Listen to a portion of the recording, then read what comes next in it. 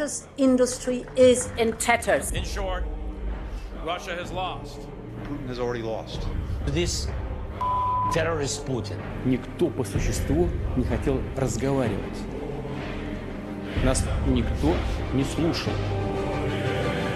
Послушайте сейчас.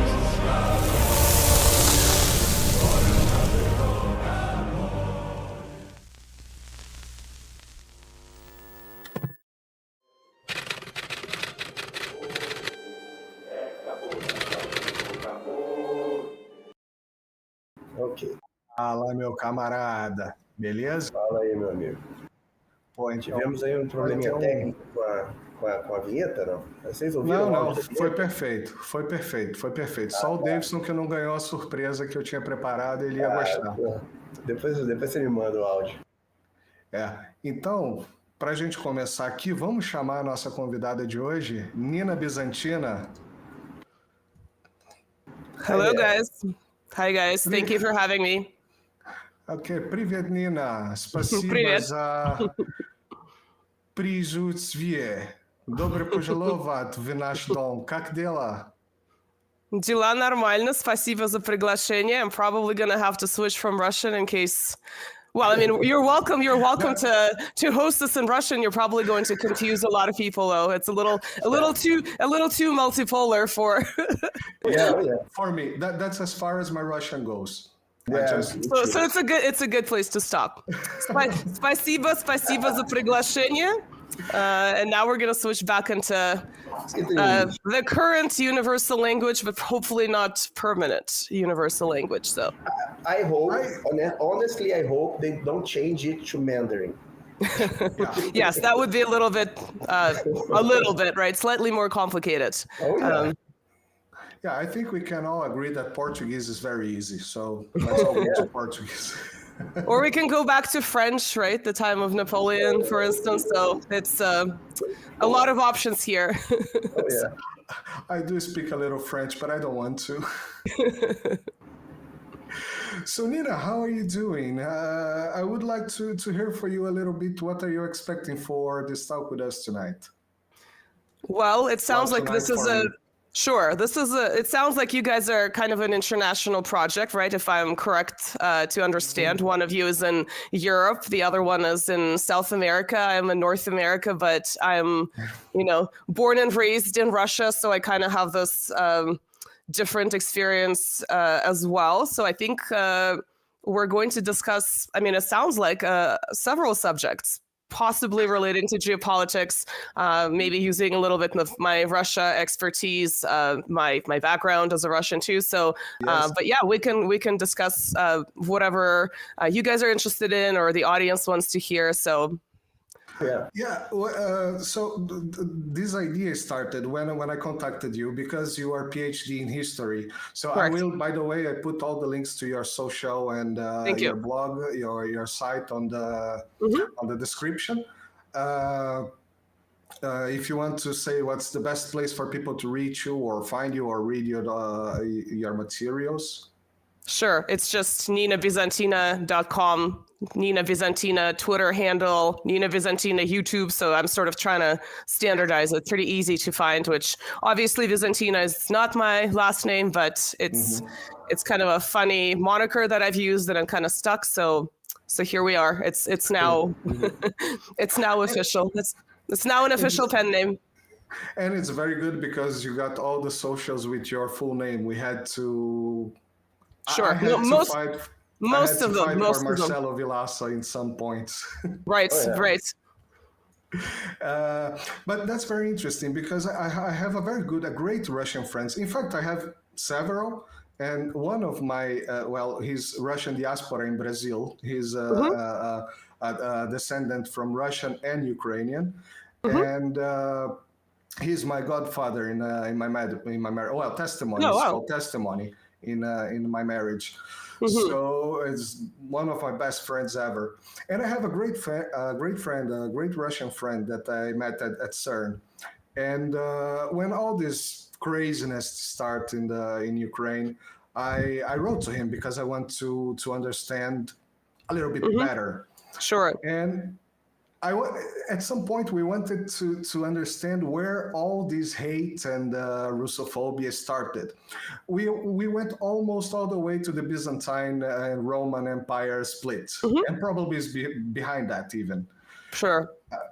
But it's a very interesting perception from you, because you are a Russian diaspora.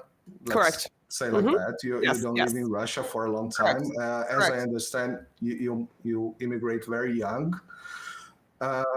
Yeah, I have some family in North America. I also have family that still lives in Russia. I have family that have studied in Europe but came back as a result of the current political situation. So they're sort of all over the place. But my sort of family of origin is kind of split 50-50. Sort of the immediate family is here in North America, but a lot of family members are in Russia. So obviously I still have connection, not just, intellectually, spiritually, and, through my roots, but they're actual, people that I'm connected to. So, and friends, obviously. So, yeah. So I imagine by about your age, I believe you're a little bit younger than me. So you move out from Russia, I believe, in the during the collapsing time, right? Or no? Correct. Okay. Yes. So I would like to know a little bit about this. I believe everybody would like to understand a little bit about this history of your family. Why did you move out? Because we are always. Yeah, if it's okay with you, of course. Sure. Because we are always very bombarded with, when the wall came down, the people run to this side and all that stuff. But most of the people actually remain there. But I think it would be very interesting for us to understand. Well, your family move out. Maybe even, I don't know, maybe your father got a job possibility. I mean, I didn't move out of Brazil out of despair or something like that. But it would be interesting for us to understand, how was this transition for you, and how do you see that moment for the Russians and for you as a Russian going to North America? I would say, well, it was pretty catastrophic, because everything you knew sort of fell apart very quickly, and it's kind of interesting thinking about not just Russia, but how you seem to have this very seemingly functioning system in a very large country with a large population, and within months everything just collapses on multiple levels, right? Not just politically, but socioeconomically too. So I would have to go back to the Soviet Union, and normally we kind of know the type of propaganda there is about the Soviet Union in the West officially. I would say maybe within the academia it's a little bit more nuanced, where people sort of separate Soviet history from 1917 to 1991 into periods.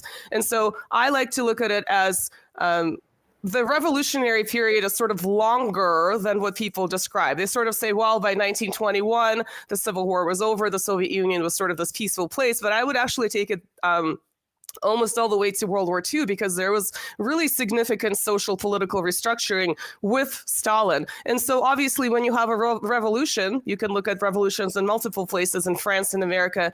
They're violent things. So people like to look at the sort of the late Lenin period going into the Stalinist period as, being really ruthless, which of course it was, but it was a revolutionary period. So there's kind of this logic of a revolution that is operating there. But after World War II, the Soviet Union was really, by many parameters, a good place to live. In terms of social opportunities, sort of this really stable social protection, jobs, for children, the education was amazing, university, free, extracurricular pursuits, et cetera, et cetera. So, of course, this is what people were used to. Now, yes, there was, a certain level of censorship. This was technically a one-party state, blah, blah, blah. We all know that. But in terms of social stability and sort of the socioeconomics, culture, et cetera, it was a good place to live, which is why a lot of... Pardon? Go ahead. Well, this is why a lot of people miss it today. They sort of have had that comparison to a more neoliberal sort of economics, not just of the 90s, but, Russia is still obviously a semi-capitalist society today. So they kind of have that comparison between how they lived, especially maybe not necessarily the older generation, like really, much older, but even people who are in their, let's say, 40s, 50s, kind of see how they lived, how their family lived, what they remember personally, what their families remember, word of mouth, and they can compare the two. This is why they missed the Soviet Union, because of that stability, because of being able to have many social guarantees of, free healthcare, really long vacations, really long maternity leaves, high literacy rates that skyrocketed as soon as the Soviet Union was established, albeit, violently. So this is what people are thinking of. So I would say, looking at the period of the sort of the late 1980s, even though, you had Gorbachev with his perestroika trying to really reformat in a very, I would say, misguided way, a system that did need some changes for sure, which is why you see sort of China surviving that period and the Soviet Union collapsing, sadly. So obviously China succeeded, the USSR did not. But I would say generally that period was, life-wise, was quite good for the majority of the population. So when you have that social stability, you have free university education, vacations, extracurricular pursuits, and then all of a sudden everything just falls apart under the banner of freedom and all the good things coming from the West, because there was this myth of the West. It was definitely idealized, but the reality was quite starkly different from what was being promised. It is really shocking. And so, now to take it to my family, my parents are scientists. So they were definitely, they're working for the state, they're working for universities. All of a sudden, the funding is gone. What do? Some of their friends started working, doing business, right? In basically import export. There was this joke about import and export. So they would, they would travel to Poland, they would buy cheap products from the West, they would bring them back and sell them at, at the markup in Russia. So that's how they're making a living. My parents were not interested in doing that. They wanted to continue doing science. They were sort of, they're both PhDs, chemistry, biochemistry. So they're sort of, they really liked their professions as well. They didn't just want to, switch to this sort of lower level survival mode, like some people did. So because my father was well known, he had been traveling to conferences and stuff, I would say in the late 80s. So he had a lot of connections. So he was part of this really great brain drain that took place in the 90s, and I would say early 2000s too. So he was invited to live in several countries. He ended up choosing Canada because Canada at the time also had a very good social sort of welfare system in terms of, the university education was cheap, healthcare was state funded, in contrast to the US. So that's where we ended up moving. So it was definitely an economic decision first and foremost, like how do we survive? How do we not starve to death? But also, obviously, both parents wanted to continue pursuing their professional goals, which they ended up doing. And, my father spoke English well. That was his second language. Obviously, he has a thick Russian accent. But my mother spoke 4 other languages, but not English. So just imagine, you're an immigrant, you're a PhD, you're a professor, you're teaching chemistry, you're doing chemical research, and then you end up in Canada and you speak not a single word of English. So, that is obviously a lot of immigrants have this experience coming from other countries. They sort of have to start from bottom up. But that was her experience. She learned English, and within 7 years, she was back to teaching chemistry in English at a university level, which was pretty impressive for, an adult. Yes. So yeah, I would say there's, two things, socioeconomics and secondary was their professional background, wanting to continue to do their research, et cetera, et cetera. So, okay, that's very. Go ahead, Luis. Okay, thank you. Well, I saw you got 2 different moments from the Soviet Union history, before and after the World War II, and you got more focused in the after. Right. So, but there is something that is very important to me to make clear to the Brazilians, because people really don't know anything about it, because what comes to us is when communism comes, it comes together with fear and starvation. Mm-hmm. It's the resume of communist history in Brazil is that.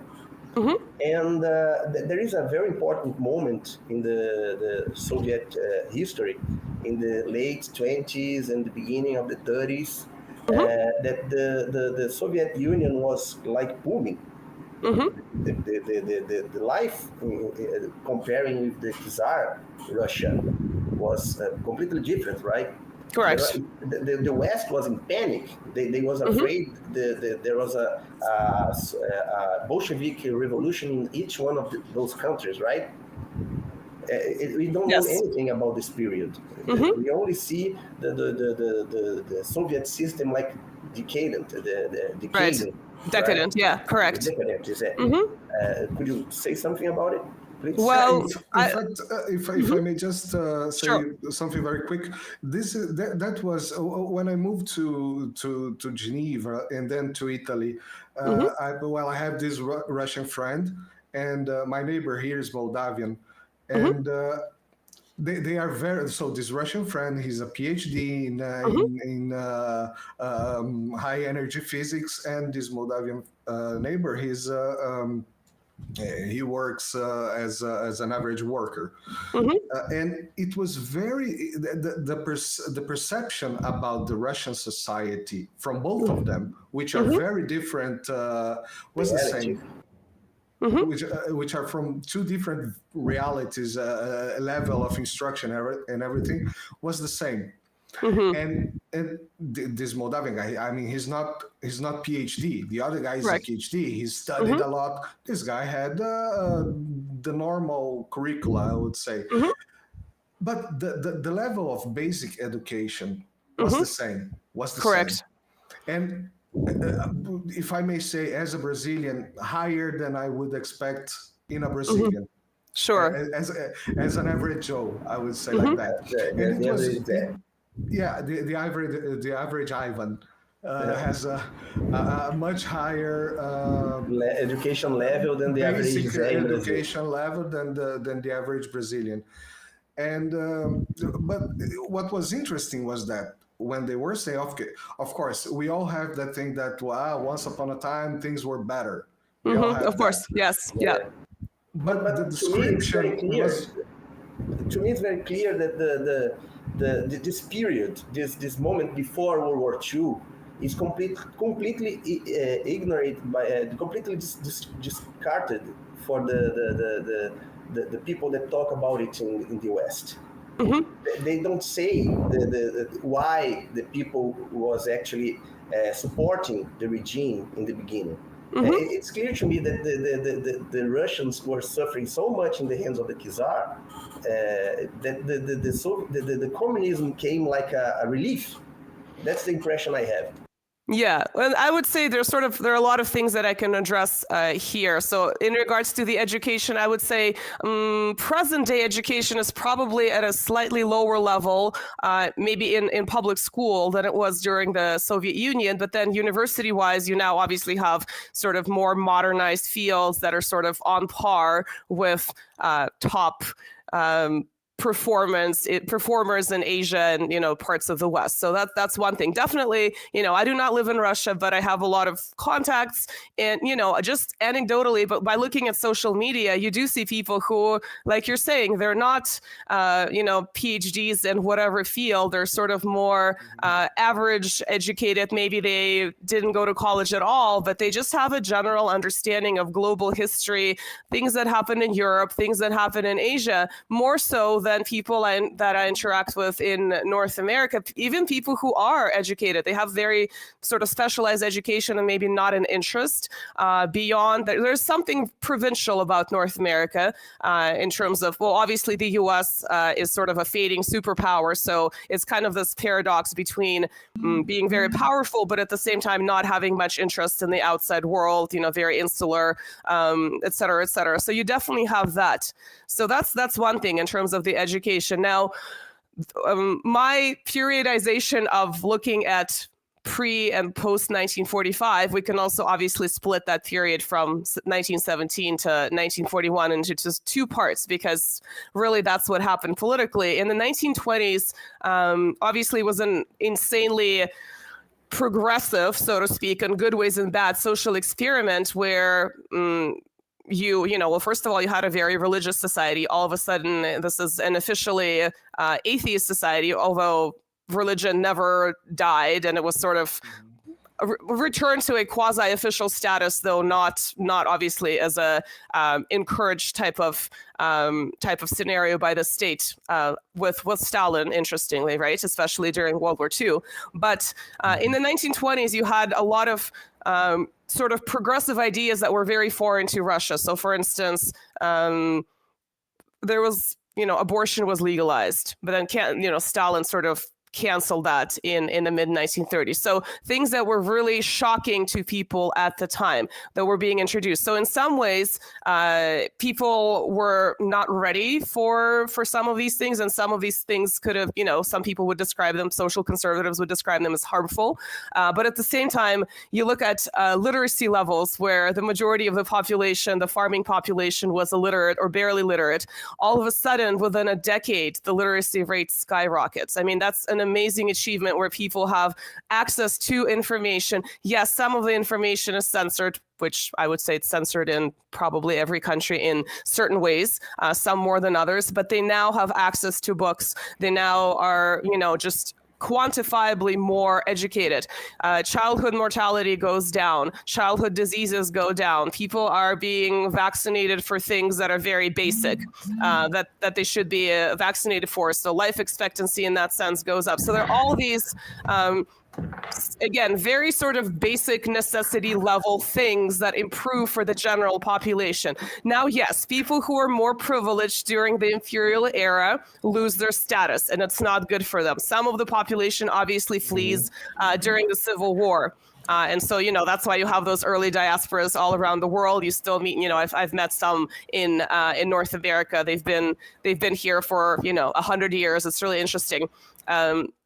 So yes, definitely there's that sort of systematic attempt to even things out. So for most people who were of lower social status, this is a good thing. For people who are of more privileged social status, this is not a good thing. I mean, this isn't rocket science. It's pretty obvious. So that's basic revolution. Yes, exactly. You could say that about any revolution. It's not really, obviously, in terms of the level of social experiment, it was quite significant compared to revolutions in, France and America, for instance. But in terms of sort of that social restructuring and people losing their place in society or really rising up, that's pretty common for other revolutions too. Usually revolutions are violent. They describe the 1991 Soviet collapse as a sort of peaceful revolution. That's not the case. We're still seeing the echoes with, Russia and Ukraine, for instance. There were, bloodbaths in the Caucasus in the 90s and the early 2000s. So it was definitely not a peaceful revolution, a transition from one system to another. But of course, yes, in the 1930s, Stalin was really trying to wrap country that was generally agrarian. 75 or 70% of it was a farming country. And the, this is obviously pre-World War II, but there are all these, because a lot of the countries were hostile to the Soviet Union, there were multiple war scares, let's say in the late 1920s. So Stalin definitely was suspicious for a reason. He wasn't just, this crazy paranoid maniac. I mean, yes, he was a ruthless individual, but he was also very smart as a systemic manager. He obviously knew how to manage this massive system, and he grew it. So yes, when he started funding the industrialization through farmers, through collectivization, once again, farmers that were sort of better off, they had their own farms, they lost, right? Farmers that perhaps were sort of lower, they gained, because they're now part of this collective farm. So again, this kind of social restructuring, you can look at it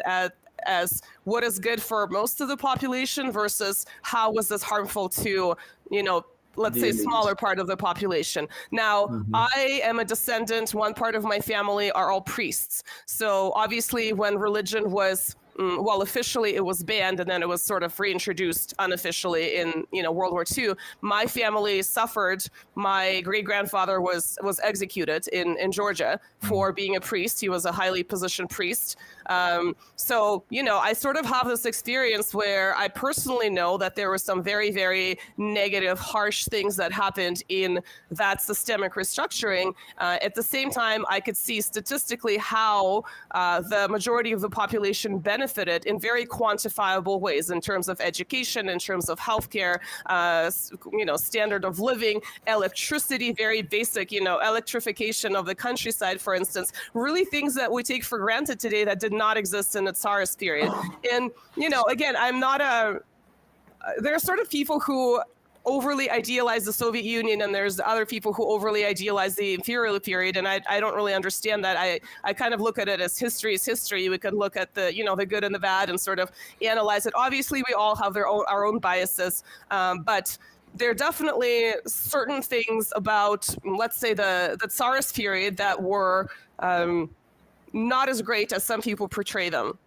In terms of the impact that the Tsarist policies had, especially in the late period, on the general population. So, but we can also say that, for instance, we could say that the Tsars definitely sent people to Siberia for, let's say, 25 years to work in camps. Now, and they definitely executed people. It wasn't maybe as industrial scale as what happened in the 1930s, but that certainly was the case too. So there's sort of more of a continuum than I think what people perceive. They sort of think, Tsarist good, communist bad.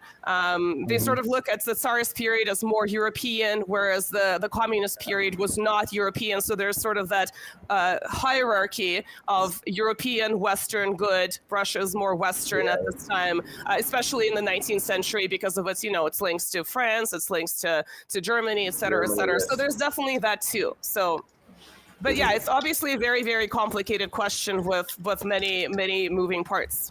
Oh, sure. Okay. Davidson pulled my ear a minute ago because he said that I crossed his question. Did she went through your question, Davidson? Oh, yeah. If I may, just another brief one.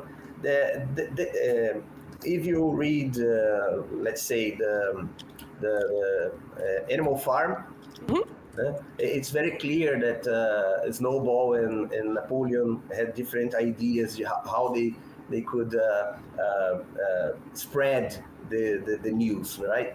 And Napoleon went to intervene in the other farms, while Snowball went to show the other farms the way, and they should start the revolutions, and the other animals in the other farms should start their own revolutions. There was this different ideas were real in the Soviet Union. Well, in terms of, you mean the revolution specifically, or like in terms of spreading the revolution through the world? I would say in the 1920s, that was the idea, because they were sort of more closely adhering to Marxism in terms of eventually having a global revolution. That's why they established the Comintern.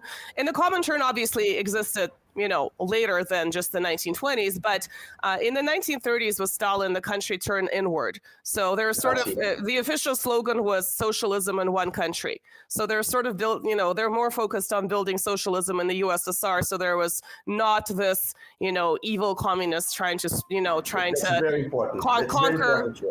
Yeah, but this is sort of very, for students who have any interest in Russian history, this is sort of very basic information. So I would say people who are unaware of this, they just, they're basically guided by certain propagandistic factors, because this is like socialism in one country is sort of like a very famous slogan for, any student of Russian history. So, yeah. I see. Okay, thank you. Okay, so I think we went very fast by the last century, more or less.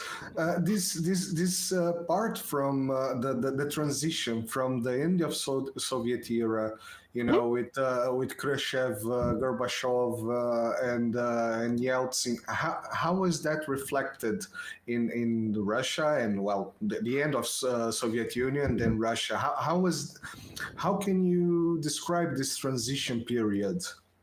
Well, I would say, Gorbachev and Yeltsin are universally hated. I'm not sure which one is hated more, which is why they're probably really revered in, I would say, the official West. I'm not sure if the general public in the West either cares or knows. But yeah, definitely, I would say most of the population, more than 90%, maybe 5 to 10% of sort of West-facing liberals, so to speak, do appreciate Yeltsin and Gorbachev, but Gorbachev is seen as a traitor, and Yeltsin is seen as this alcoholic that was kind of a mattress for Western capitalists.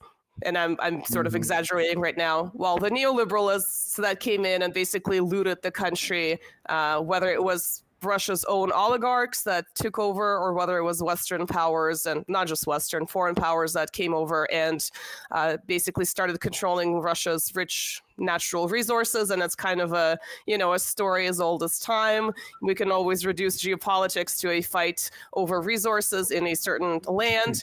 And in terms of Russia, we can go back to 1918 when the Civil War was raging. It was not quite clear whether the Bolsheviks or the White Army were going to win, and that's when that so-called, Western allied intervention plus, Japan came to Russia, and basically under the guise of helping the whites, they were sort of trying to take over some very important features of Russia's natural resources in the Far East, for example. And they did have concessions in the 1920s. So when Lenin was in power, he was sort of more practical than Marxist ideology. He realized he needed to raise some money. So he did give concessions to these Western natural resource companies, for instance. So yeah, the interest in Russian resources, because Russia is such a huge country and it controls, a large chunk of Eurasia, obviously is sort of it's a long-term situation. So what happened in the 90s, we can sort of look at what happened in the teens of the 20th century too. So, but yes, generally Yeltsin and Gorbachev are absolutely hated. Mm-hmm. Yeah, I mentioned these three guys because I think they are the most famous. There has been other presidents during this time. Mm-hmm. Well, we don't know much about it. That's a good. I haven't wrote this here. We don't know much I would say Khrushchev is a little bit different because obviously he was sort of in the middle of the Soviet period. He came after Stalin, but I think the public opinion about him is a little bit more, maybe not split, it's maybe more nuanced. But I would say that sort of certain policies of de-Stalinization that sort of went too far, in some people's view. Obviously, these sort of emotional responses during, something like the Cuban Missile Crisis in 1962. People, I personally am not a fan. Specific to the Ukrainian situation, he wasn't ethnically Ukrainian, but he did have a Western Ukrainian wife.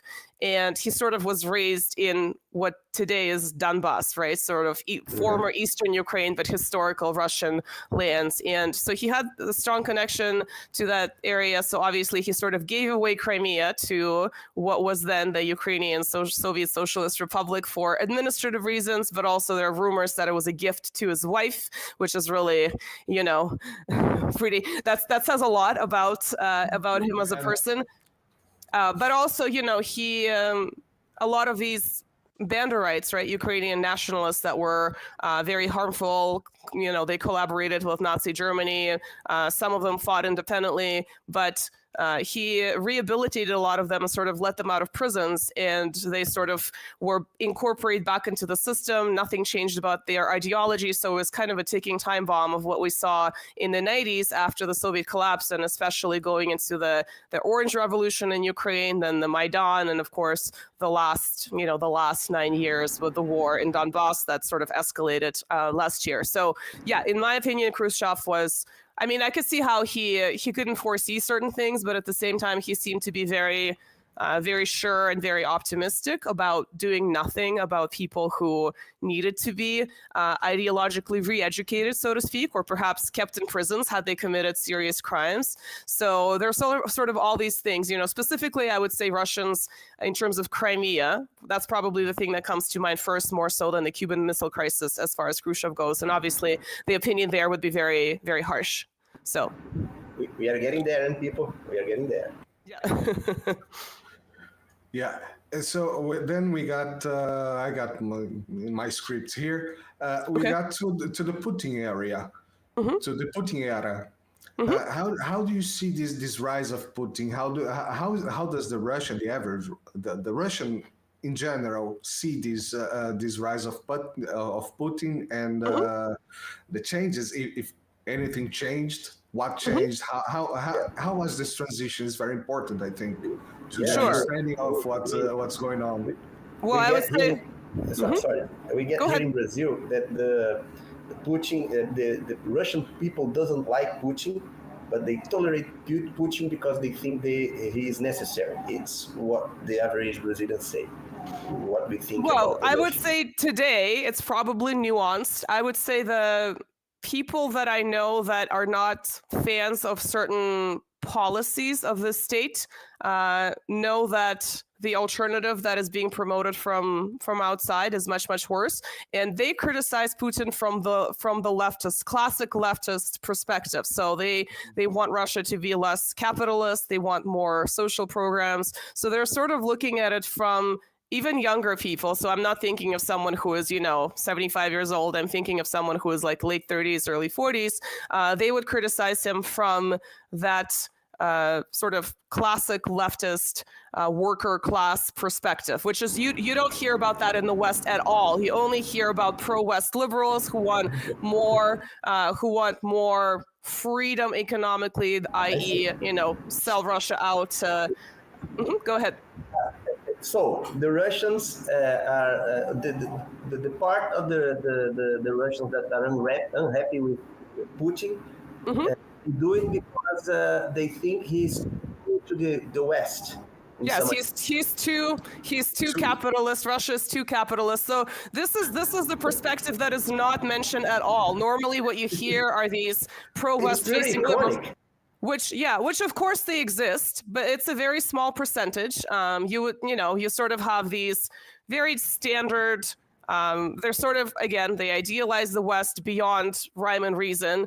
They are interested in all the, how should I say this, in all the current progressive policies in terms of gender and all this other kind of stuff. So they're sort of really in tune with what's happening, let's say, in really progressive countries like Canada, for example, or Western Europe. So yes, there are people like that too, but that's a really small percentage. I would say, maybe 5%, maybe even fewer in terms of people who are really anti-Putin from that pro-West liberal perspective. But yes, people who are critical of him, like the ones I mentioned from a more leftist, classic leftist perspective, you never hear about that at all. But I would say, again, the majority of the population has liked the general stability of the Putin period. They remember the 90s where people were literally starving. They were collapsing in the street from starvation. They were collapsing in the street from increased alcohol and drug consumption. There was terrorism. There was 2 wars in the Caucasus. So there was just absolute collapse in every social level. Then, the 90s were just an absolute nightmare. So even though the 90s are now pretty far removed, maybe for younger people, right, 30 years ago, people still remember. They can, younger people can talk to their parents, et cetera, et cetera. So looking at Putin, a lot of people say that Putin was the only good thing that Yeltsin did when he decided to step down, and he shockingly introduced Putin after his New Year's address in 1999. And obviously, Putin was really not known because, well, he worked for the KGB and then the FSB. He was in the private sector too, but he was sort of this unknown figure in terms of the Russian political landscape.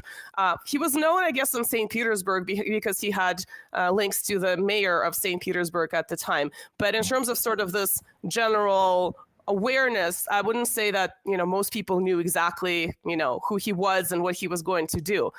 So people kind of perceived him as this perhaps gray bureaucrat, or, again, someone coming from the, Secret Service. So very little is known about him. So they really didn't know what to think. And I don't know if they had any expectations, but of course, within the first few years with successfully wrapping up the second Chechen war, which was, another nightmare that came from the 90s, and the economic improvement that came gradually but definitively, I think people really started to understand that the country is sort of no longer on the brink of the abyss and just, going to collapse further. So again, I think most people are not sort of like Putin worshippers the way they might be portrayed by some, or they're not Putin haters. They sort of look at it as in a very practical way. Again, most people, yes, they're interested in politics, but people care about their daily life, right? Can I put food on the table? Can I go on vacation? Can I put my kids into all these extracurricular classes, et cetera, et cetera. So from that perspective, life has been good. I think the first time I traveled back home, I'd been gone for a long time, so I was really shocked to see Russia in the 2000s versus when I left, because everything was clean and renovated. Now, again, I was in big cities. I didn't go to the countryside, so this is not to say that there are absolutely no problems in Russia and it's a paradise. But to me, even being a Muscovite and coming back after a long time, I was really shocked. You no longer had, buses that were collapsing and seats that had cuts in them, for instance, like really. The streets were clean, buildings were going up. So you kind of saw that gradual improvement. And of course, people who travel to, well, especially large cities now, they say, it's world class. Prior to 2022, Moscow and St. Petersburg consistently ranked in all these global comparative studies and lists voted by people in terms of best places to live, best place in terms of infrastructure, best place in terms of the metro/subway system, et cetera, et cetera. So yeah, I would say most people look at it practically, but also they see what's coming from foreign countries. They see it's really funny to me because there's that perception that Russians have no access to foreign media, which of course they do. But I mean, their entire websites not just information that is being filtered through Russian talk shows and perhaps presented in a certain way. Yes, that certainly exists too. But you have multiple, let's say, websites, and most people are online, maybe a small percentage isn't, where entire articles from Washington Post, New York Times, like all Western media, not just American, Western, Chinese, Japanese, is being translated, including really hostile articles. So people, like, I read, sometimes the original is under a paywall, but I can go and read the Russian one without the paywall, right? And I can see what was said, which is really funny. But all of that is accessible, and it's not being filtered, it's not being edited, it's just presented as is. And so definitely Russians have access to foreign information, foreign media, and they can sort of arrive at their own conclusions without needing the filter of, let's say, the talk shows or the talking head, the politician on TV. So yeah. Sure. And they're also more skeptical of government. They're more skeptical of government in general, in a healthy way, which I think, you should question what's happening at home. You should question what's happening abroad. So they're sort of more skeptical, and they have this more healthy attitude, I would say, towards politicians, towards politics. So it's not this, hero worship or idolization of Putin or, any other politician. So. That's a very important point. Yesterday we went on live and we were punching this to the Brazilian people. You have to look at what your politician is doing. You cannot just vote and go home and leave it behind. Or listen to what they're saying. Remember when in the U.S. Trump was in power and the propaganda machine about Trump Russia was just in overdrive. If people were just paying attention to what Trump was saying rather than the fact that he was supplying weapons to Ukraine, the fact that he was participating in the war in Syria on the opposite side of what Russia was doing. So they were not really looking, the fact that sanctions that started up with the Obama administration because of Crimea were still in place. So Trump did none of the things that a really Russophilic, American leader, which I don't know if that's even a thing, would have implemented. None of that would happen. None of that happened, but people were paying attention to his rhetoric because in certain times he said things that sounded good and reasonable, but no, the actions were very different from what was being said. So yes, I think in general, of course, let's pay attention to what politicians are doing versus the, nice words that they're saying, just looking at I'm not an expert in Argentina in any shape or form, but just looking at the, events of the weekend with the election and just some people being extremely excited and some people being horrified, but going basically based on rhetoric. Nothing has happened yet. So, this is kind of a good example. Yeah. So while you were talking, I think there's a good punchline there. I remember watching an interview with you that you talk about the Holodomor crisis situation, and what we know about it, that was fabricated to genocide Ukrainians and all that. Can you talk about that? Because your perception about your perspective and your knowledge about that, for me, was very interesting and very enlightened. But maybe people can listen about it. So, first of all, I do not use that term because that term implies that political impression that you just mentioned. So I just call it what it's always been called, which is the famine of 1932, 1933. And obviously, again, going back to the fact that this was a prolonged revolutionary period in Russia, or the former Russian Empire, this was not the only famine. There was a terrible famine in the late teens of the 20th century in the Volga region with a really large death toll. This was in the context of the Civil War. So again, looking at sort of a broader historical perspective, this was, there were sort of two famines in just over a decade. But this specific famine is usually linked to, in the West, I wouldn't even say by historians, I would say by pundits to achieve, certain political talking points. But it's usually linked to collectivization when Stalin started restructuring the system of farming, which of course was, Russia was not just Russia, the Ukrainian Republic, Kazakhstan, et cetera, the Caucasus. There was a large farming sector, and Stalin started restructuring it, A, to bring it under the control of the state, B, to fund industrialization. And certainly certain mistakes were made. I don't think they were made deliberately to harm a certain group of people, which is the argument that is being made here. But basically, the talking point for political reasons in the West in the last few years was that it was a targeted event to target specifically ethnic Ukrainians. Now, there are many issues with this. First of all, the death toll was higher, if not equal in other parts. So southern Russia, Kazakhstan, so sort of Central Asia, the Caucasus, et cetera. So modern day Ukraine certainly was not the only place that suffered from that event. There are also sort of, weather and climate based issues that were happening with the droughts as well. It wasn't just government policies out of nowhere that it deliberately caused it. There were multiple factors at play.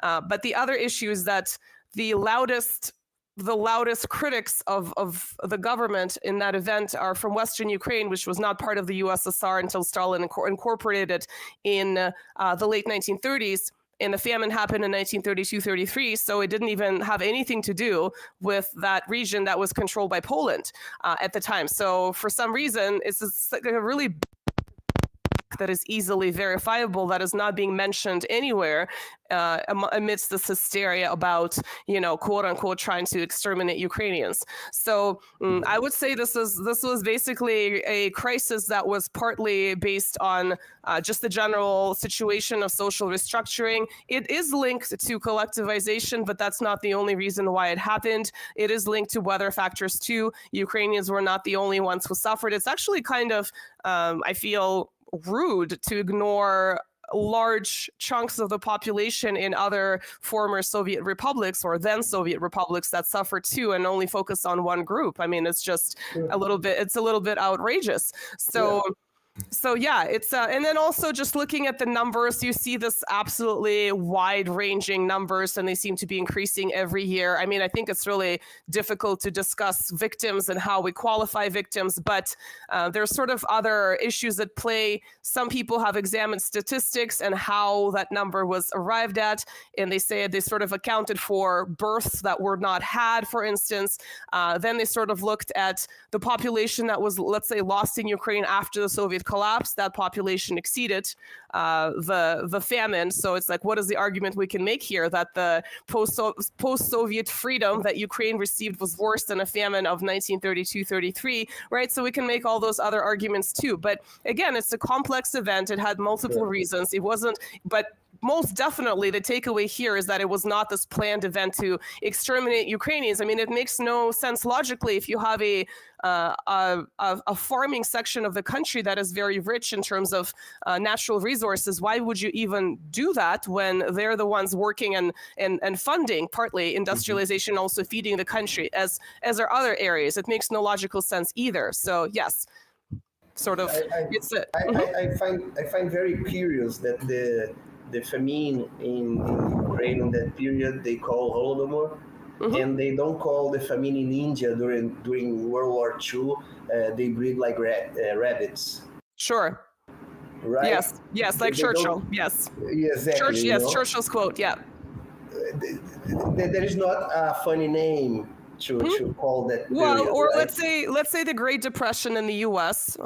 You know, there are people who starved as well. Again, it's a sort of multifaceted event, and actually the Great Depression is also linked to the famine, right? Because it happened in the same time period. So there was a greater global situation in terms of a really significant economic downturn globally, not just in the U.S. obviously with the Great Depression. But yes, we do not have really striking, harsh nomenclature to sort of achieve some kind of an emotional response to what happened in the Great Depression and, you know, certain parts of the U.S. Now, again, the death toll was smaller, yes, but it's kind of important to realize that, yes, we're using terminology that is used to elicit a certain reaction from people. And we're just sort of throwing the word genocide around really loosely and sort of devaluing actual, you know, genocides historically by doing so. Yeah, I always say that with Dave. So I really do believe that words have meaning. I'm one of old-fashioned people, and people are just spitting whatever they want to spit to make points. And the word genocide is a perfect example of this. So it's Goebbels' doctrine. You say something for the effect, not for the fact. Sure. And right? Also, you know, all the sort of typical propaganda points, the more you repeat something that might sound outrageous, eventually it becomes accepted because it's just being accepted through repetition. And, you know, obviously the media plays an important role in this, but just the repetition itself is important. Words are important. I completely agree with you. Terminology is important. So, you know, this is why I like to use my own terms if I can. So, you know, I just released my second video on Ivan the Terrible, and I always make the point that he's actually the Formidable. And so, you know, I'm, you know, not writing papers for a university, but sort of in my own personal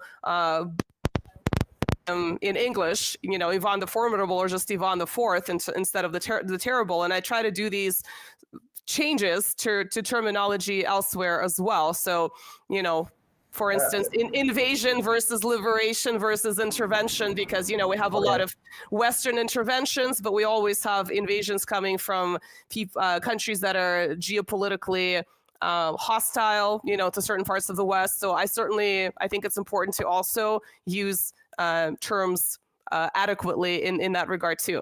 Sure. If I may, I believe when you move your arm, you are making a bad contact in your mic. In your microphone, and then you move your arm, the wire is making a bad contact. It makes noise, but it's okay. It's okay. Okay, I'll try not to gesture.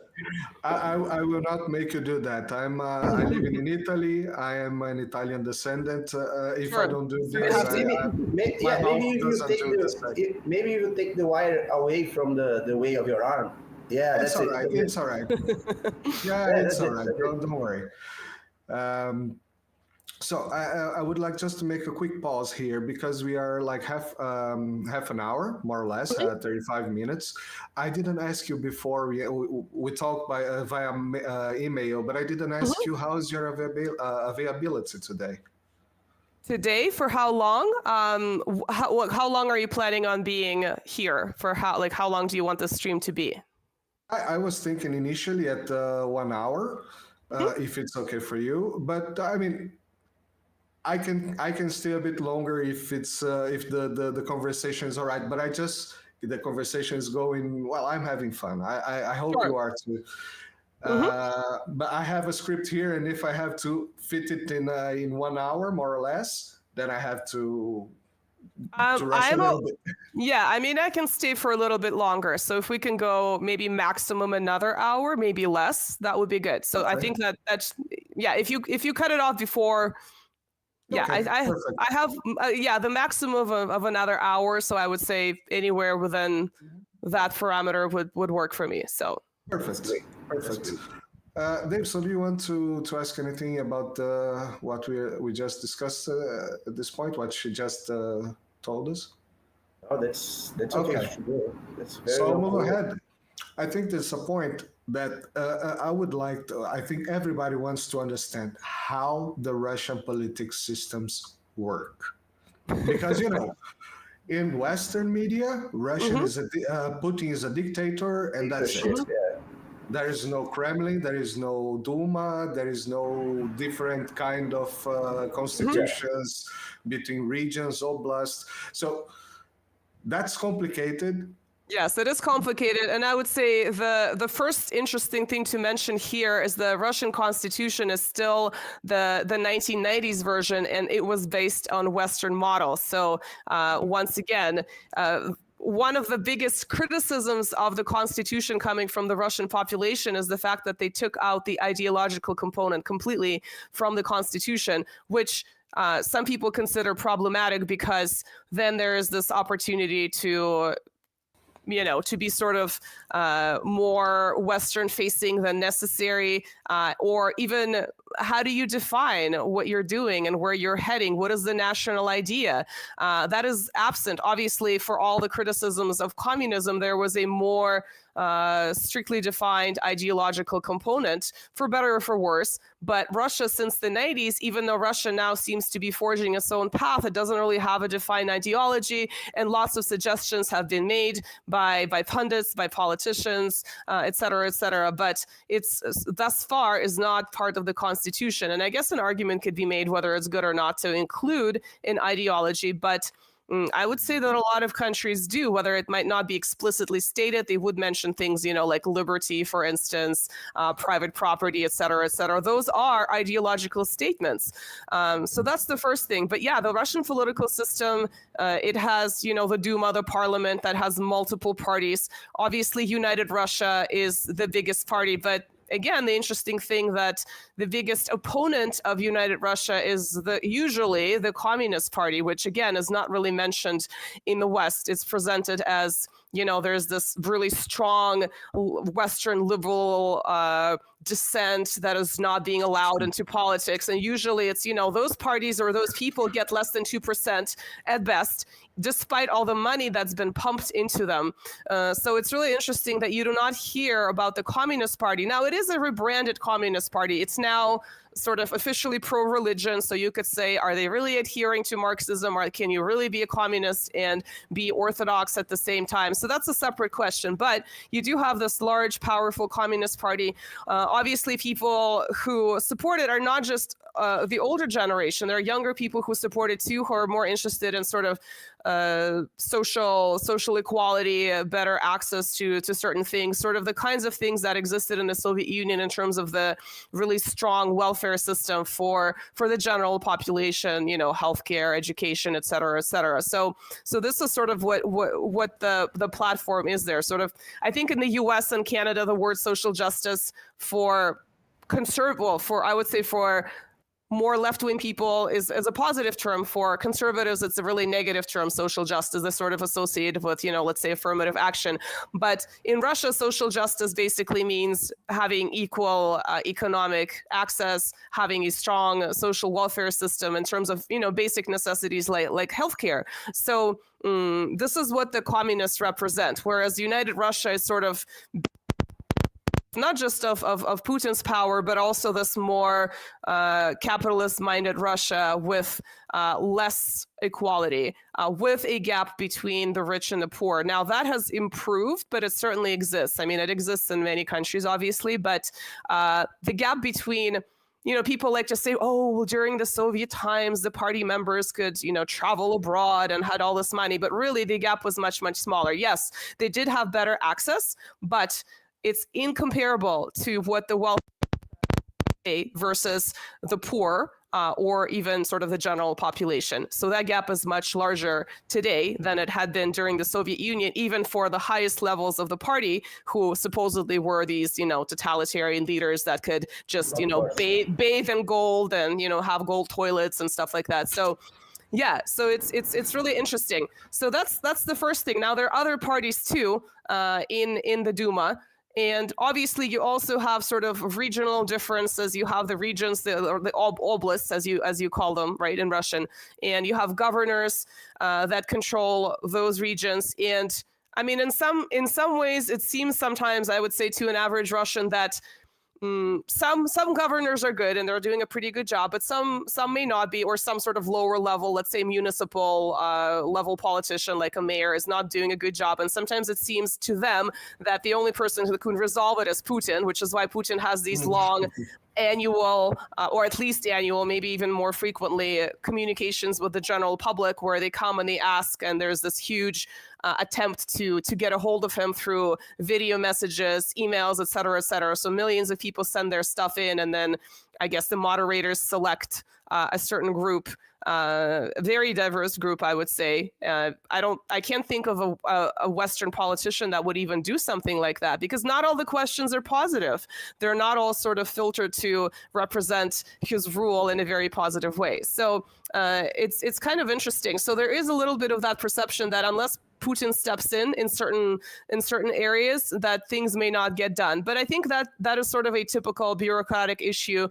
You know, I've now lived in Russia, Canada, and the US, so I can sort of compare how things function. And I would say bureaucracies are pretty comparable in countries in general, right? So they're sort of, they can be slow, they can be glacial, there could be sort of a little bit of corruption or a lot of corruption at a local level. So I would say in that sense, Russia is pretty comparable to other places. So is there anything else you'd like to know? Let me ask you. May I, Marcelo? Okay, may I? Go. Okay. Thank you. So I am sure it's absolutely shocking to most of the Brazilians to know that there is a communist party in Russia. Mm-hmm.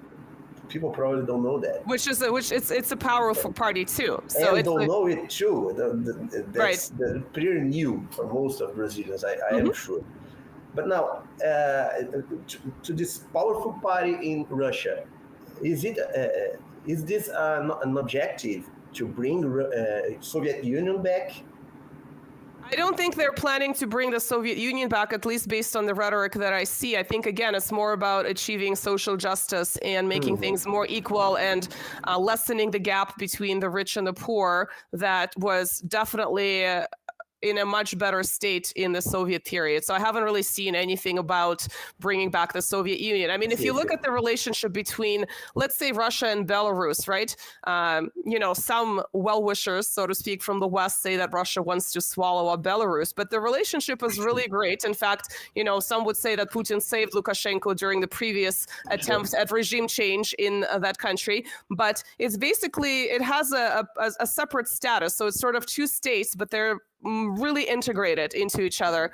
And I think it's an easier way of operating rather than having a much larger entity like the Soviet Union, where you're managing, it's very difficult to manage bureaucratically, obviously. So I would say that would be the point of Eurasian integration with states that are interested in that. And that's why you have a lot of opposition coming from the official West whenever Russia tries to sort of improve relations with, the former Central Asian republics, for example, or the Russia-Belarus relationship, calling, Lukashenko the last dictator of Europe, even though in some ways I almost find him more preferable to Putin in terms of, well, he's really obviously very charismatic to the point of being funny, being really harsh. But if you kind of look at his policies too, in some ways he's more clear ideologically and in some ways more than Putin. So I would say there are some Russians that say that Lukashenko is sort of an improved version of Putin, which is really interesting.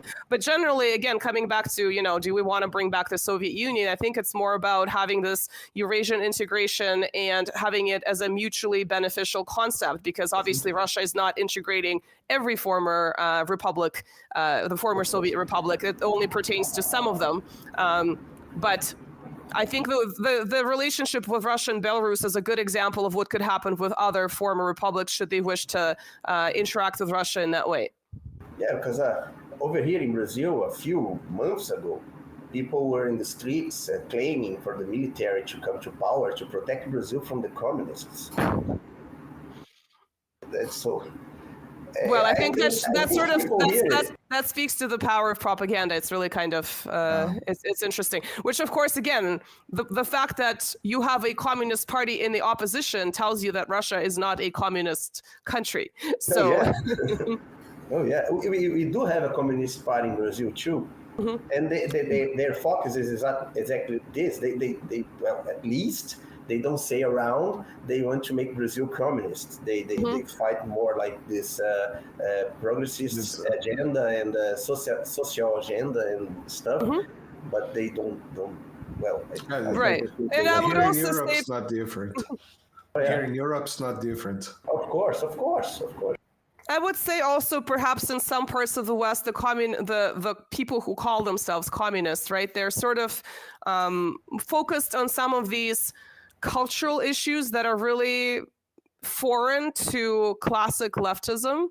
So they would do, let's say, the gender stuff, for example. So they sort of jump on more I would say more image oriented things in terms of actually improving lives of people in a very tangible way. They're not really looking at, and obviously in, let's say, America, Canada, these are not actual parties. They may not exist as parties. They might be just individual who call themselves socialist and communist, but some of them or a lot of them are not really sort of classic leftists focused on actual, again, tangible benefits for people of working class or, lower social status. They're more interested in sort of this virtue signaling about image-oriented things, sort of very vacuous culture war types things. So it's also very different. So I think when certain Westerners, especially in the US and Canada, look at communists, this is what they see. They don't see people doing, let's say, again, the Communist Party of Russia that is more focused on, very, very socially conservative, really nothing to do with what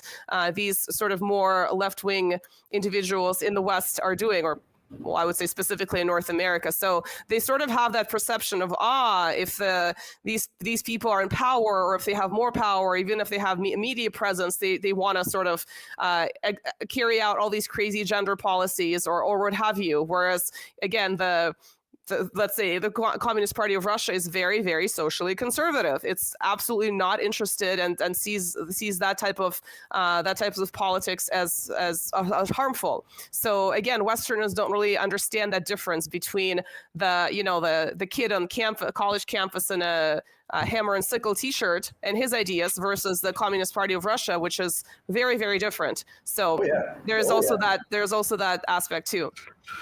Awesome. Excellent definition. The hammer and stuff T-shirt, the guys from university. So I think at this point, can you just quickly just brush around this difference between the formation of the Russian Federation, like oblast federations, krais, or how does it work exactly? Because for us in Brazil, I mean, in the United States, probably in Canada as well, I don't know. But for us in Brazil, the constitution of a country it's a very solid idea. It's a very solid idea. So you have cities, you have states, you have regions, and you have the federation. Yeah, well, it's the same thing, right? I would say the U.S. is different because in the U.S. the states have a lot more stateside versus certain federal rules may not apply to certain states. So the U.S. is a little bit different in this way. But I would say other places like Canada with provinces, and then things that are federal level, Russia with its multiple, again, you can go with like municipal being sort of the lowest point. Obviously in villages, it's going to be even a smaller scale situation. And then going all the way up to the region, right, or oblast, you also have that same kind of interaction with a hierarchy, and they're all subject to federal laws. Obviously, there might be some region-specific situations that do not apply elsewhere, but it's not at the same level, let's say, as in the U.S., where you can have certain gun laws, for instance, in one state in the U.S. and very different gun laws in another state in the U.S. So the U.S. is kind of an exception in this sense. And some people would say it's a great thing because it's more regionally focused. Some people would say, no, we should really all adhere to the federal laws in a country. So that's kind of a separate issue. But in that sense, Russia is very similar in terms of its structure. Obviously, it's a very large country. There's that factor. So, it's really hard to compare it to Europe, where you can travel through several countries in Europe and, just a few hours by car or by train, versus Russia, you might get from one city to another or to a different region. But yeah, in that sense, it's a little bit different. But in terms of the structure, it's not completely outrageously out there, right, compared to the general interaction between that hierarchy, sort of lower levels and higher levels. So. Okay, perfect. So I think we got to a point now that let's get to the present times. So we have, by seeing what's going on with this Ukrainian situation and, the attacks, the military attacks, the economic attacks, the xenophobic attacks that Russia and Russians are receiving from the West. How does the Russian people perceive themselves right now? How does Russians look at Russians? How do they see them right now? Do you think things are changing? How is your perception of that in Russia? And maybe you can also share, how do you see that living in North America, in the West? Well, I would say that the opposite of what was intended happened. So obviously, the multi-pronged policy of having first a quasi-frozen conflict in Donbass that exploded in 2022, plus the unprecedented number of sanctions. I lost count. I think the last time I checked, it was past 13,000. It might be anyway, it's more than 10,000. It's a number that really makes, no sense anymore. So we have this multifaceted approach to trying to initiate a regime change in Russia. There had been other attempts to do so, let's say in 2011, 2012. That one was a pretty serious attempt as well. So the impression was that the sanctions plus the war in Ukraine that escalated in 2022, but had been raging on since 2014, I apologize, that it would remove Putin from power and install someone more pliable, maybe not as pliable as the alcoholic Yeltsin, but definitely someone who is more pliable than Putin, which to me, as a side note, is really funny because Putin has definitely been, this Westernophile, Germanophile, right? He's a huge fan of Germany. He's, he's fluent in German. So you probably, the next leader might be much, much, much less Western focused than Putin right now. So it's almost like there's that miscalculation of whom can we deal with coming from the official West, and sort of this grandiosity of, we're going to install exactly whom we want.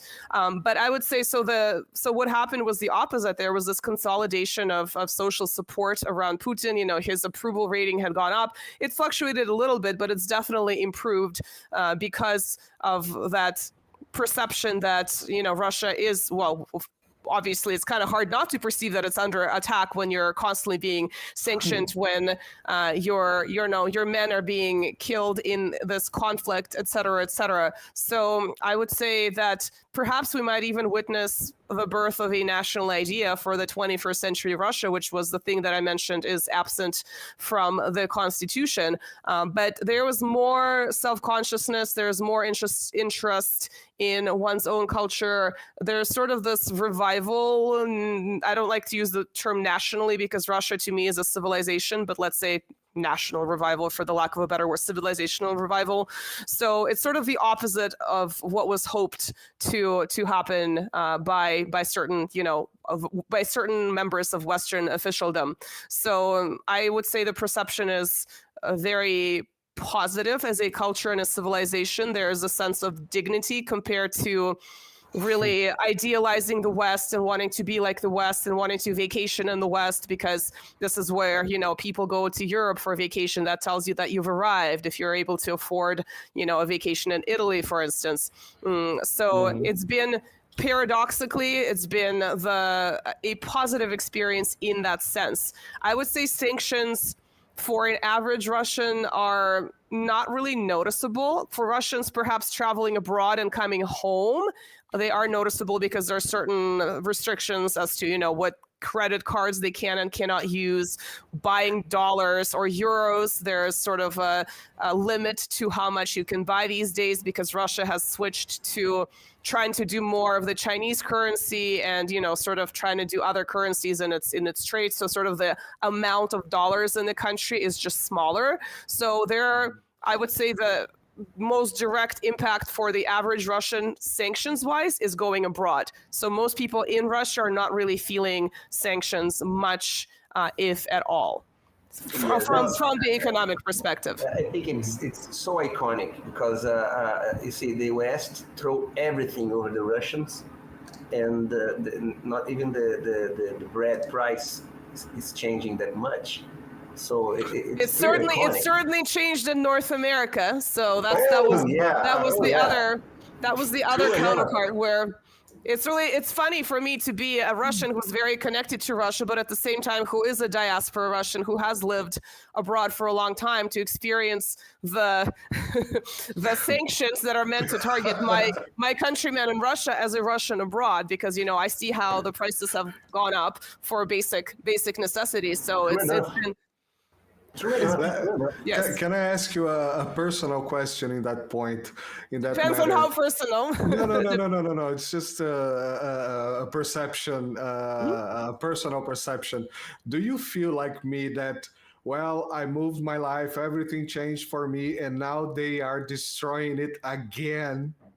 I think this is the perception that especially my father has, because obviously you sort of lost everything and you ended up starting from nothing, right? In a foreign country out of necessity. But now you see that stability. And yes, once they moved, I think there was a realization that the West is not nearly as ideal as it was presented, or as, people typically view things as, grass being greener on the other side. That's not specific to any, particular country, but that's definitely been the perception of you sort of established yourself in a new place, you're comfortable, and all of a sudden, all of this seems to be collapsing again. And, what do you do? Like, for people like me, I always get the question, why don't you just go back?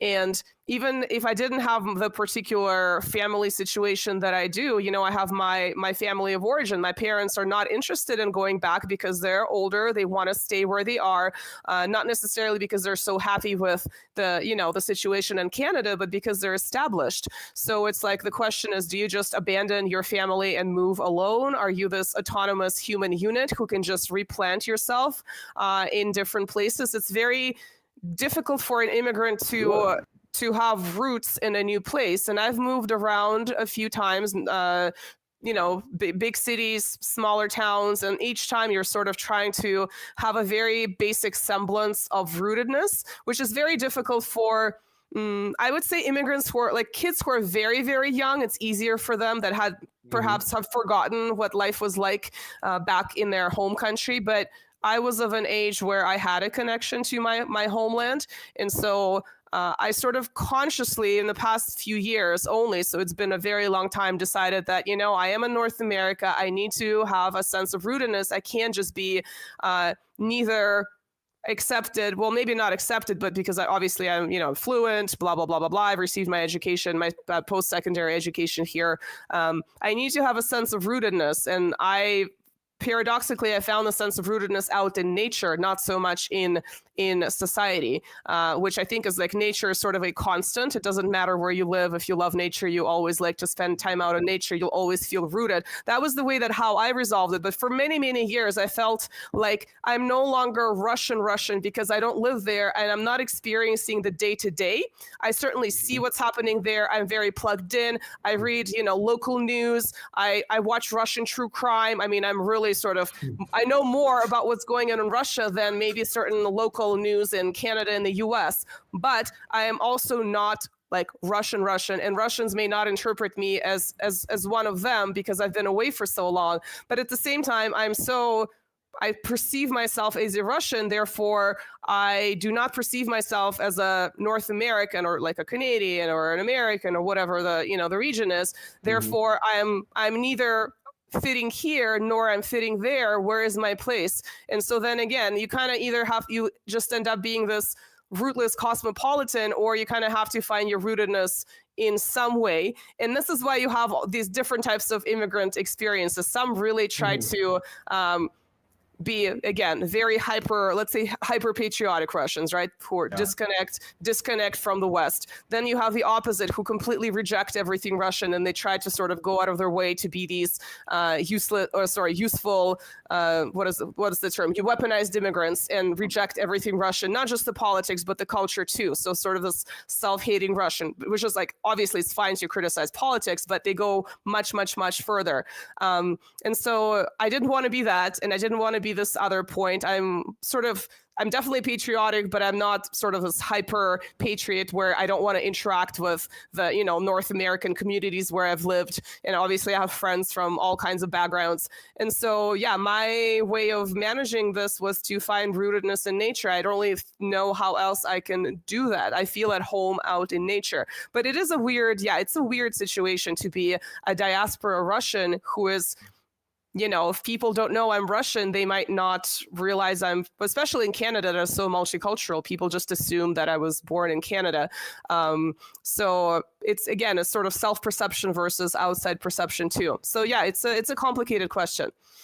Yeah, I saw you made a short video in your channel talking about this. I remember that I wrote something, I commented something there.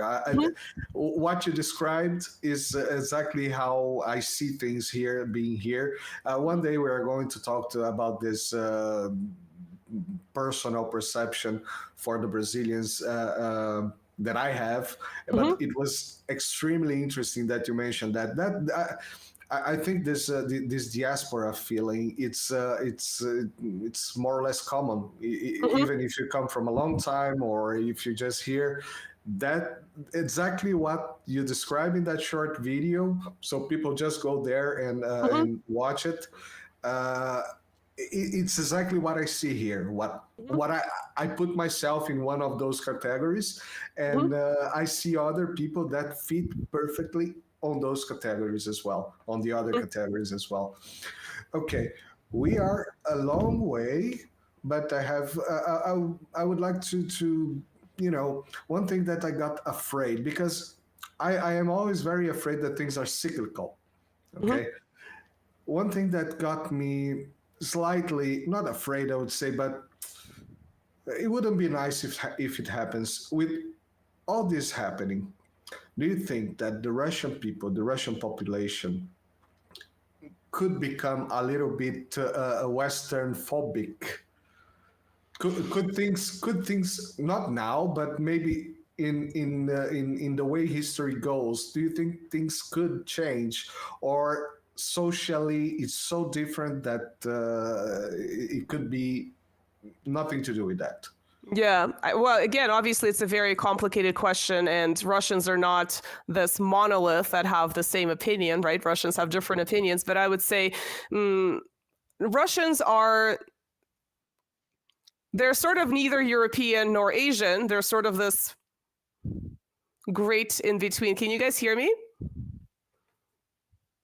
Okay, because I no longer see you on my screen. Okay.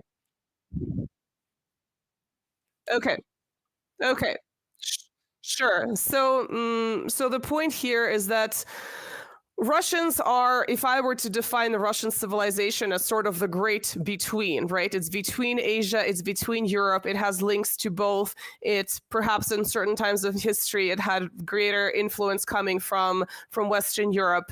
And today, obviously, there is this partly politically necessitated turn towards Asia. But Russians are sort of neither nor, but of course, the majority of the population, genetically speaking, is, Slavic.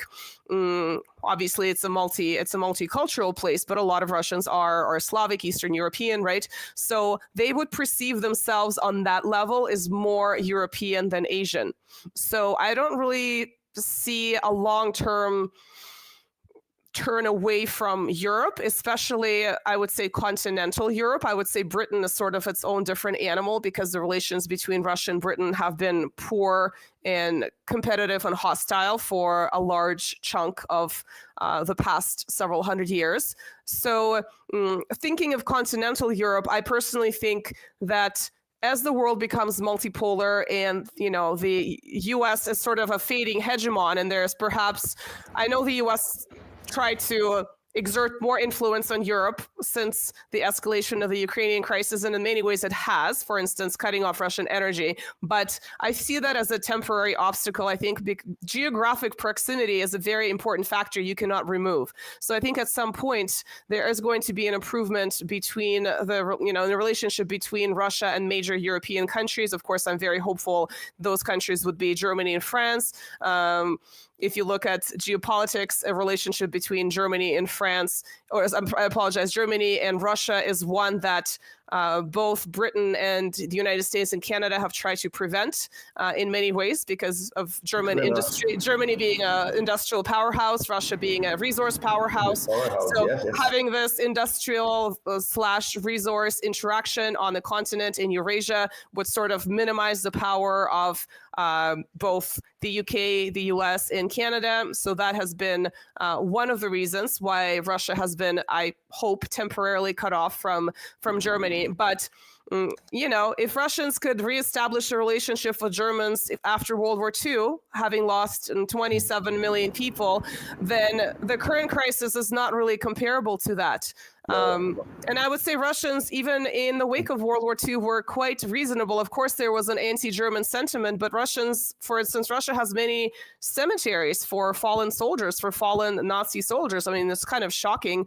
And they're being treated with respect, as these are soldiers that died on our land. They're they're being taken care of. Germany also has access to them. So I see that if you can come back from that, sort of this absolute destruction and a loss of such a huge percentage of the population, a war that affected every single person in the country in many ways, then you can come back from the current crisis. It's not really comparable to that. It's very different. Obviously, we live in a different time. There's sort of 4G warfare and all these other factors, economic warfare. It's not necessarily just blood. Of course, Russian soldiers are spilling blood in the battlefields of the Ukrainian territory, but I don't think it's comparable to World War II. So I feel like if you can come back from that, and then in the 19th century, you had the Napoleonic War. So for Russians, World War II is called the Great Patriotic War. In the 19th century, it was the Napoleonic War that was known as the Great Patriotic War. And it was renamed after World War II for that reason. So again, if you can sort of reestablish a relationship with France after that, and you can reestablish a relationship with Germany after World War II, I don't really see why you couldn't reestablish a relationship with continental Europe specifically. That would be my interest between Russia and those countries. It's sort of a natural relationship because of not just historical ties, but geographic proximity. We have to get along at some point. And obviously, you know, if Russian energy is one of the easiest ways to reestablish that relationship, because that was something that was driving the, you know, European prosperity for a long time. Sure. That's true. That's true. So can we? Okay, we are on 1.5 hours already. Yes. Wow. Can we go another 15? Sure. Okay. Let's do it. Thank you. So about the BRICS, let's go to BRICS. That's very important subject for the Brazilians right now. So how do you believe that the Russian government, the Russian people see the Russian-Brazilian relation on this BRICS dynamics? Well, I would say that, to me, the interesting thing here is that 10 years ago, BRICS wasn't being taken seriously at all. It was just seen as this between, you know, the leaders of the original five members. It wasn't really being perceived as being able to implement any kind of significant change, which of course now, a decade later, the perception is very, very different, right? New members are applying. There's communication with other similar bodies, right? Like for instance, the Shanghai Cooperation Organization, et cetera, et cetera. I would say that in terms of the Russian-Brazilian relationship with, there was a little bit of a fear with, let's say, the previous leadership, where that would go, whether certain leaders are more sort of plugged into the US and facing towards the US versus facing towards the more multipolar world. So there is that, I don't know if it's a concern, there is that thought in terms of BRICS. But at the same time, I would say the fact that the world, again, is the center of the world is sort of moving towards Eurasia/Asia, and the world is becoming multipolar because China is sort of the one great factor that has changed in the last, well, more than 10 years, but especially in the last 10 years. It's not just Russia versus someone else or Russia with someone else. China is just such an important player. I would say that the political changes, even if they're sort of negative for BRICS, are temporary, because there is that move that is a global move towards a different system in which I think BRICS will play one of the most significant roles. So definitely it's no longer perceived as a talking club. I mean, even the talk of currency being used, national currencies in trade versus using the USD or the euro, you know, that has been so shocking to the official West. Even on that, in that way alone, it has been important. But at the same time, BRICS is sort of far off from completely rehauling the global order and, you know, let's say replacing the USD. It's nowhere near that. So it's just a political body that I think has really gained importance, and people are now really cognizant that it's not just a talking club. So yeah, exactly. We have this perception here in Brazil that first of all, it was exactly like you said. People was not giving any credit to it, like a bunch of wannabes. That our media treats BRICS in the last 10 years like a bunch of wannabes. They will never be. They will never be the G7. Yeah, they'll never be the G7. Exactly. Yeah. No, we're G5. All G5, of yeah. a sudden, all of a sudden, BRICS impose itself. But now our media changed the approach. They just minimize the Brazilian importance in the BRICS. Like okay, India, China, and Russia are important. Brazil is just a poor cousin, you know. Well, I think it's important to have sort of representatives of every continent. So it's interesting that they would be minimizing it if the point of BRICS is to increase, multipolar representation in the world. One of the points, right? So. Oh yeah.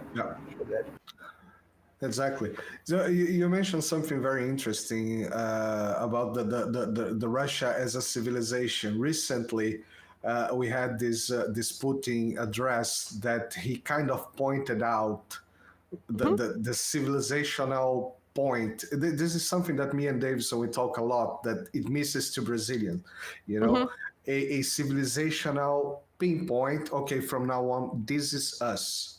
This is what we mean. We are very, very mixed society for start off. We're a very mixed country. And I believe this is one of our big strengths as a society, as a civilization. But of course, we miss this zero. Yeah, no, this 0 point. Okay. From now on, this is what we are. The landmark.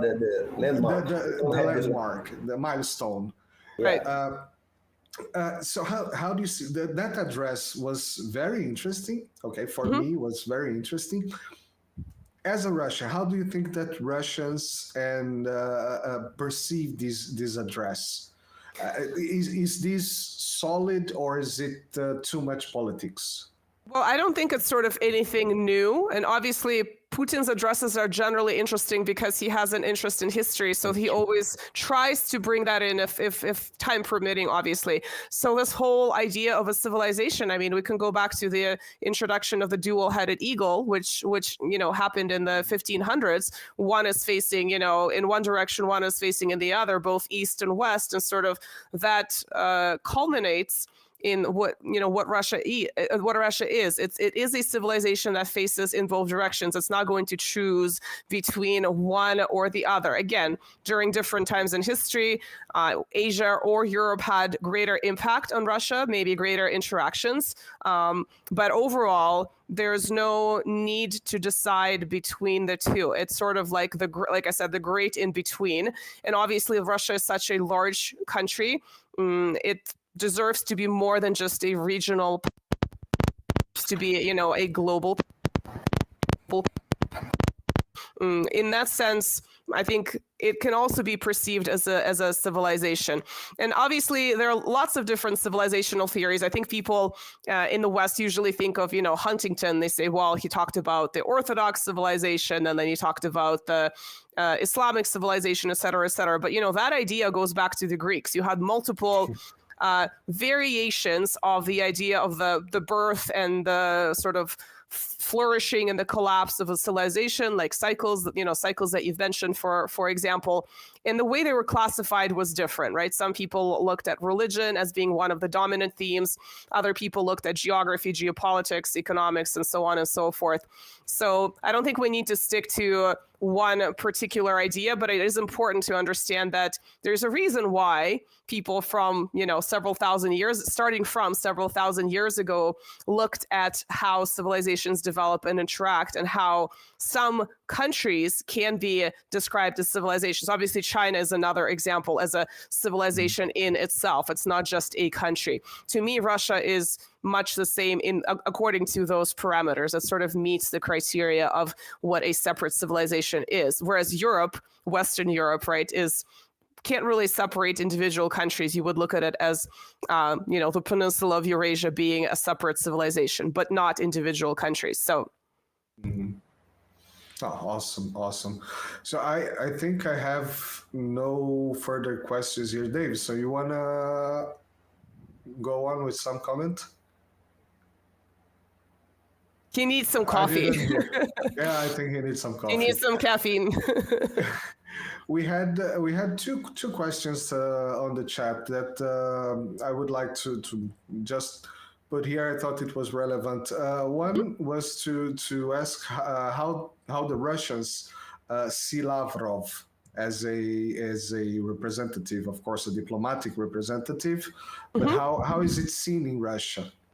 Well, I think they appreciate him as a very charismatic person with a great sense of humor. I think at any given major event, there's something that happens, and he sort of either makes a mockery of the person that tries to, let's say, attack him. At the same time, obviously, he's a highly trained diplomat, probably one of the best diplomats in the world. And that's also important because back in the day, multiple countries had that tradition of training diplomats in very specific ways. They had to learn languages from whatever country they went to, whereas these days it's more of an appointment, and especially, let's say, in the US and Canada, diplomats may not even know the language of a country that they're sort of trying to establish and improve the relationship with, which says a lot about the level of respect and the lack of understanding of any given culture. So I think Lavrov, in that sense, represents one of the more sort of old school diplomatic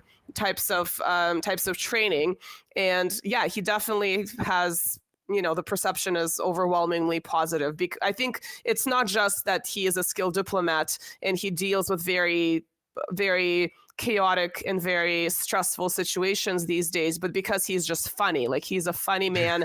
If you look at his pictures from years ago, he's also kind of would go whitewater rafting. He would do this outdoors. He would do that outdoors. He's smoking. Obviously, people these days perceive smoking as a bad thing, which I do too. But he looks like kind of like this badass movie character, right? So I think there's a lot of not just his skill, but also the overall persona of how he presents himself. And he's a real personality. Do we really know a lot of diplomats from other countries?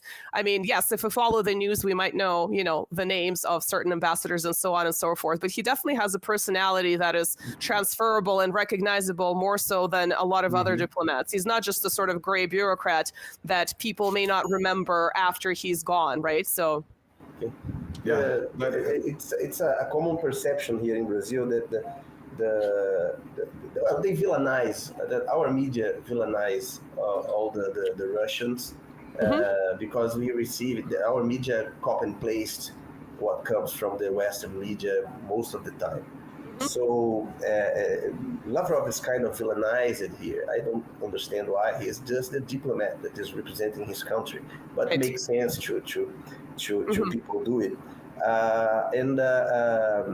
Comandante Farinazzo, that is a very famous geopolitics analyzer here in Brazil, is a former military. I believe he's former military. He's in reserve now, and he's a very, very smart guy. And he make jokes with this that the Western media saying Lavrov doesn't know what he's doing. And he said, people don't know who Potemkin was. They don't know who founded Odessa, and they come to say this kind of nonsense. Right. And he's also been a diplomat for a very long time, right? He has extensive experience. He's not just someone that's been pulled from a different industry in government, let's say, and then installed on a 4-year term, for instance. So he's highly experienced. Believe me, we know what are you talking about because a few years ago the president wanted to put his son like the Brazilian diplomat in United States. Because the guy has experience frying burgers. Right. In New York. That's also memetized. It's very interesting. Time for one last? Sure. Okay, perfect. Thank you very much. So this question, I think it's almost impossible to answer. That's a lot of pressure. It's a lot of pressure. But someone asked in the chat, and I'm also curious. So the question is, do you think there's someone to substitute Putin? This Or is, do you think this it's is irrelevant?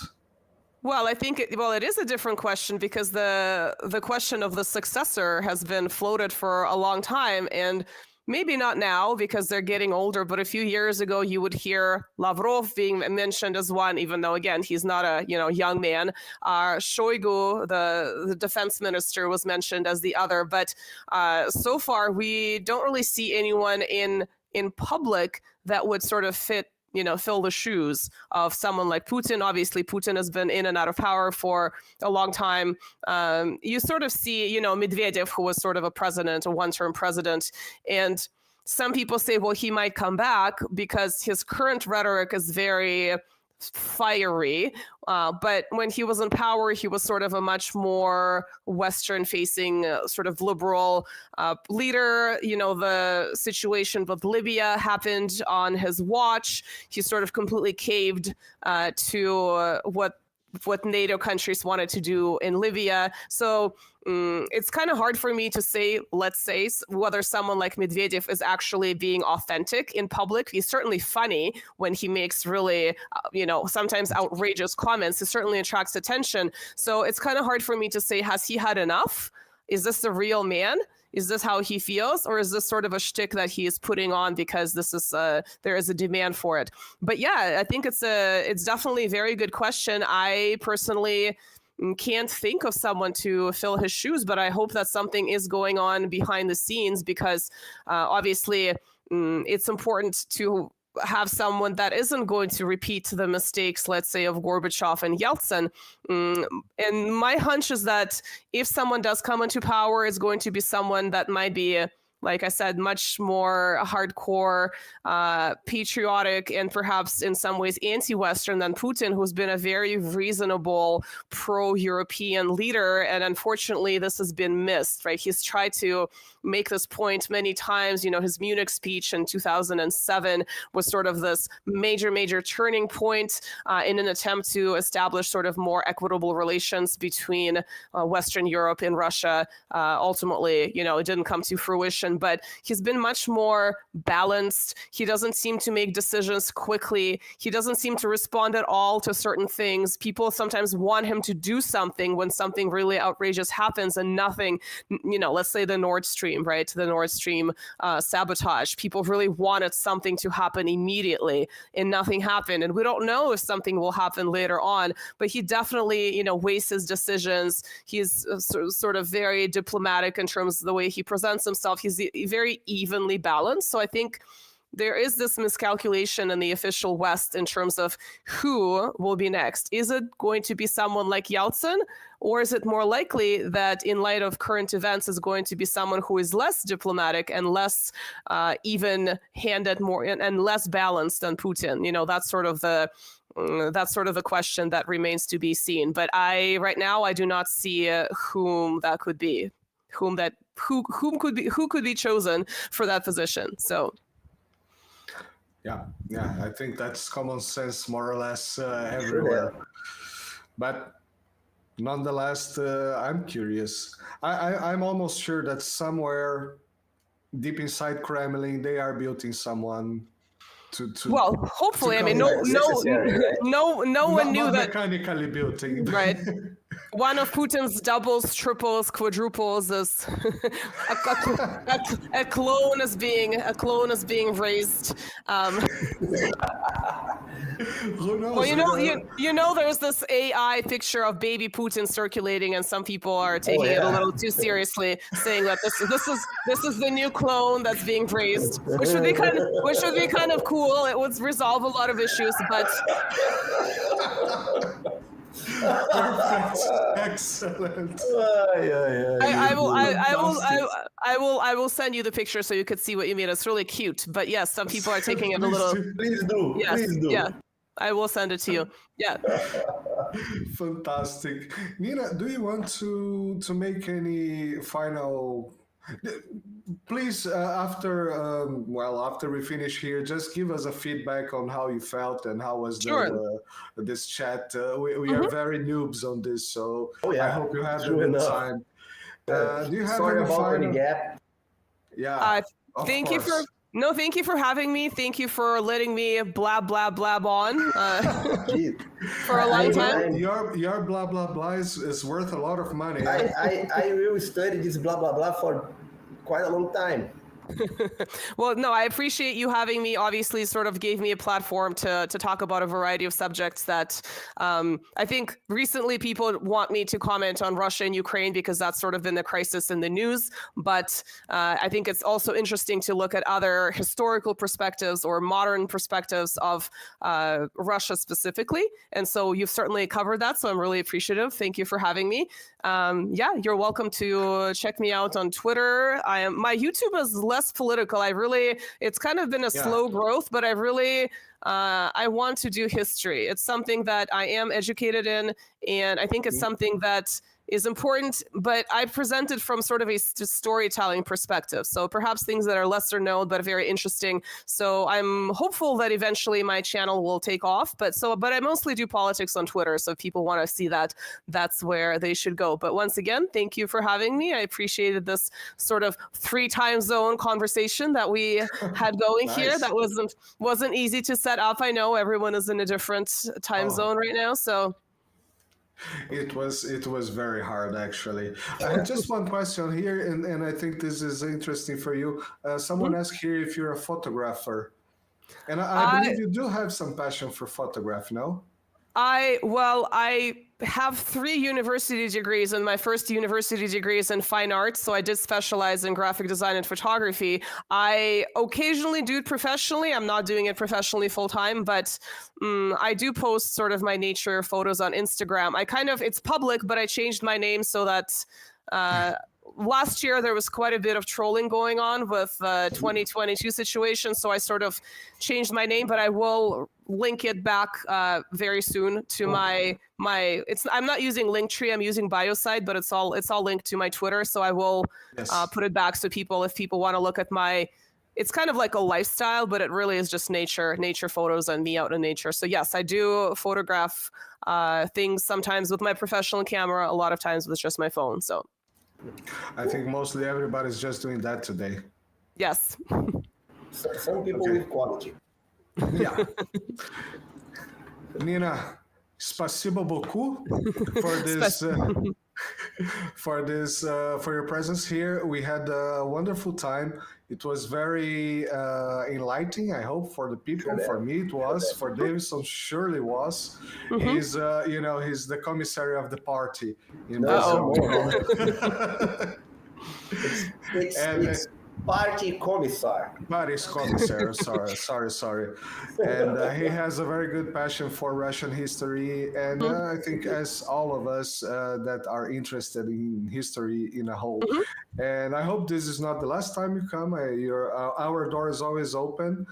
Sure. When you feel like talking whatever. And I'll thank you very much. Yeah, I mean, if we ever do this again, we can make it more specific, like subject specific, as opposed to covering a broader types of questions. So yeah, I'm certainly open to that. It was nice to meet both of you.